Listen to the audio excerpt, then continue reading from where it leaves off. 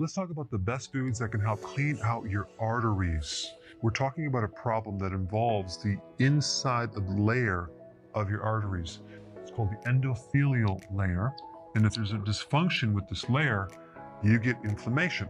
And you also get scar tissue, fibrosis. You also have calcium buildup and cholesterol buildup.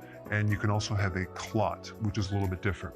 And one of the absolute best tests to figure out what's going on the inside of your arteries is this right over here. It's the coronary artery calcification test, or scan.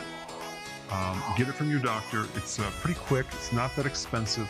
It's way more valuable than a cholesterol test because it's measuring the amount of calcium buildup in your arteries, which is one of the best predictors for mortality from all deaths. So it's a really important test. It should be 0, but sometimes it could be 100, 200, 500, 700, even 1,000 or more. The key is if you find that it's very high, you want to apply what I'm going to show you and then retest it every several months and make sure it's going down. All right, starting from number 1, you want to make sure that your insulin is normal. Okay, you don't want it too high. And you do that by dropping your carbs. So anything low carb would be very, very therapeutic to your arteries. So you want to do a low carb diet, ketogenic diet, and you want to do fasting. Okay, very, very important because that will lower insulin. Insulin will cause inflammation in the inside of the arteries, and the artery will become thickened, and you may even develop a clot. There'll be inflammation and something called AGE, advanced glycated end products. That's a situation that occurs where the inside of your artery, the proteins become unusable, they're damaged. And you get this from consuming too many carbs. And you can also get it from consuming like too many omega-6 oils, which I'll mention in a little bit. So this would be number 1. This is probably the absolute most important thing. You must handle this or these won't really work. Number 2, you want to consume foods high in vitamin K2, like natto, which is a fermented soybean, or liver. It could be beef liver, chicken liver, eggs, definitely the yolk, grass-fed butter, grass-fed beef, sauerkraut, maybe a little bit of hard or soft cheese that has vitamin K2. But vitamin K2 is all about keeping the calcium out of the arteries. All right, number 3, this is not a food, but it's a very powerful antioxidant. Tocotrienols is different than tocopherols. This is the vitamin E complex. Tocotrienols are 50 times stronger than tocopherols.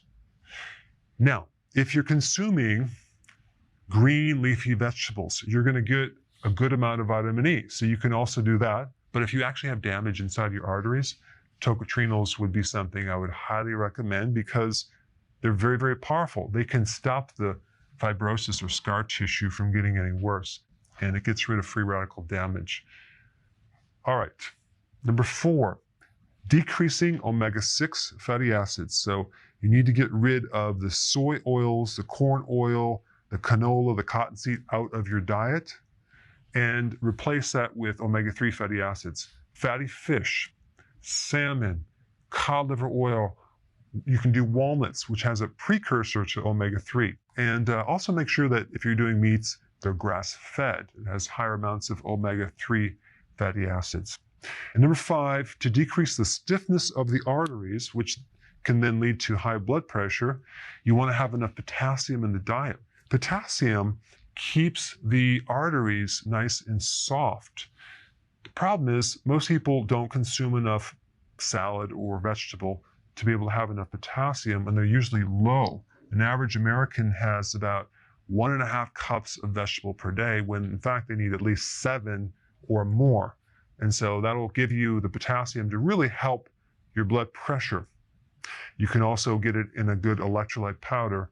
Now, the other thing is vitamin D. Vitamin D is very, very important in keeping your blood pressure low.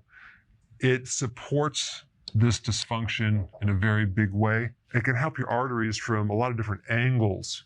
So vitamin D, it's almost impossible to get it from food.